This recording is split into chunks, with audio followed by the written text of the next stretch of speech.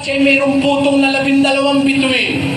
At siya'y nagdadalang tao, at siya'y sumisigaw na nagdarandam sa panganganak at sa hirap upang manganak. Tuloy. At ang ibang tanda ay nakita sa langit. Ano yun? At narito, ang isang malaking dragong mapula na may 7 ulo at 10 sungay. Ano? Ganun pala nag-umpisa yan eh. Merong nakitang tanda sa langit, isang babaeng nagdadalang tao. Ang kanyang damit parang araw. Ang buwanak sa ilalim ng paa niya, meron siyang putong na 12 bituin. Nagkaramdam siyang manganganak. May nakitang ibang tanda, may nakitang malaking dragon na mapula. Nakaabang dun sa manganganak na babae. Napakawalang yan itong dragon na ito. Walang kamodo-modo.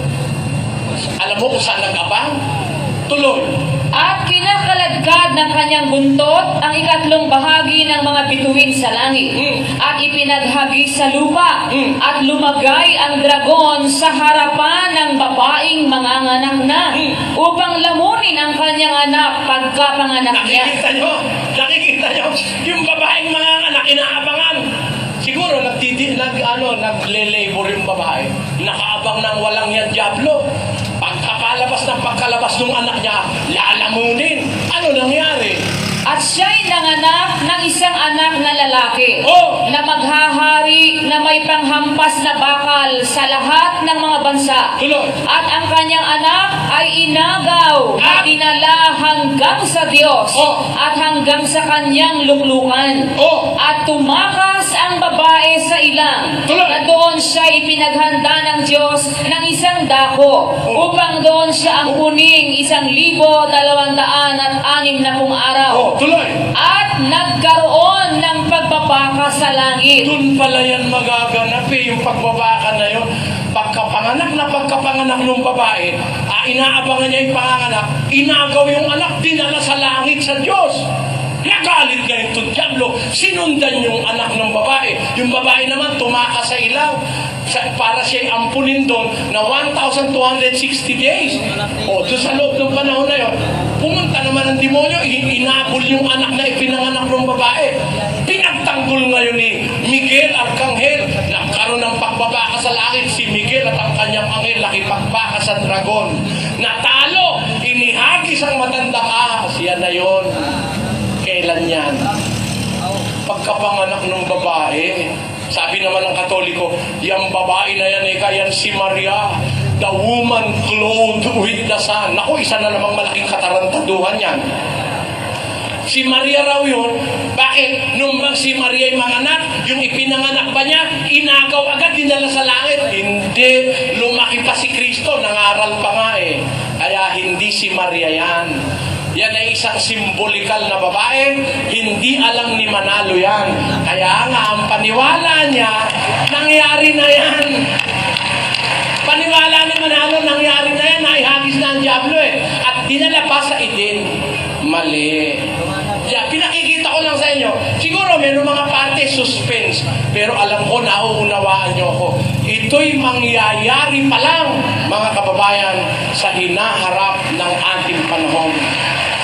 Kaya, yung pagbabalibag sa diablo, that is, kumbaga sa pelikula, coming soon.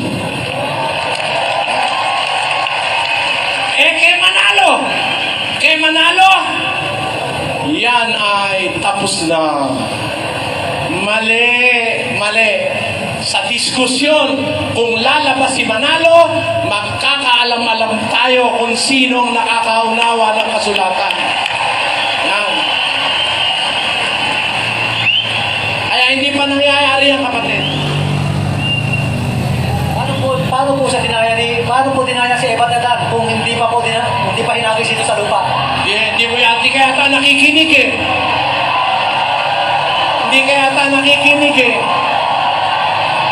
Eto, kumatok siya kay Eva at kay Adam, pinagbuksan siya ng pinto, kaya siya nakapasok. Pakinggan mo ha. Sa Roma, Kapitulo 5, basa. 5:12. Oh. Kaya, kung paano na sa pamamagitan ng isang tao ay pumasok ang kasalanan sa sanglibutan. Paano nakapasok ang kasalanan? Paano pumasok ang kasalanan? Ulit! Kaya kung paano na sa pamamagitan ng isang tao ay pumasok ang kasalanan sa sanglibutan. Paano nakapasok ang kasalanan? Sa pamamagitan ng tao na isang tao, si Adan yun. Hindi kaya nakapasok dito dahil ipinalibag dito. Hindi, kapatid. Hindi.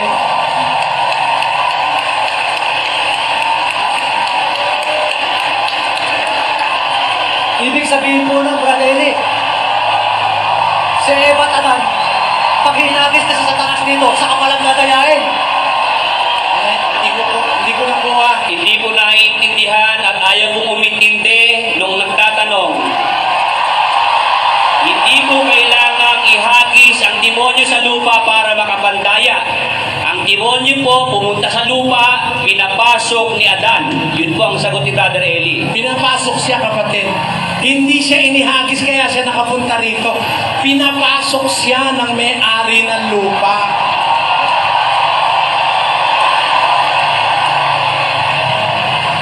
Ubus na po ang Sige po. oras natin sa kanya.